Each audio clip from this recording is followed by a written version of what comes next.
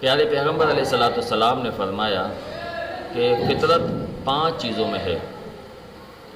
الفطرت خمس، 5 چیزوں میں فطرت ہے۔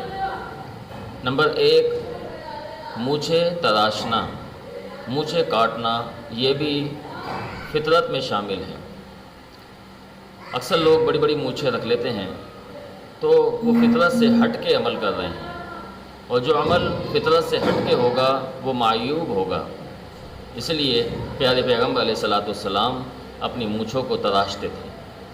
ایک صحابی کے بارے میں آتا ہے کہ اس کی مونچھیں ہونٹوں سے بڑی ہوئی تھیں، تو پیارے پیغمبر علیہ الصلوۃ والسلام نے اپنی مسواک مونچھوں پر رکھ کر اس کی مونچھیں کاٹ دی اور فرمایا کہ ان کو تراشو۔ اور بے شمار احادیث میں یہ بھی ملتا ہے کہ پیارے پیغمبر علیہ السلام نے فرمایا کہ یہود و نصارہ کی مخالفت کرو۔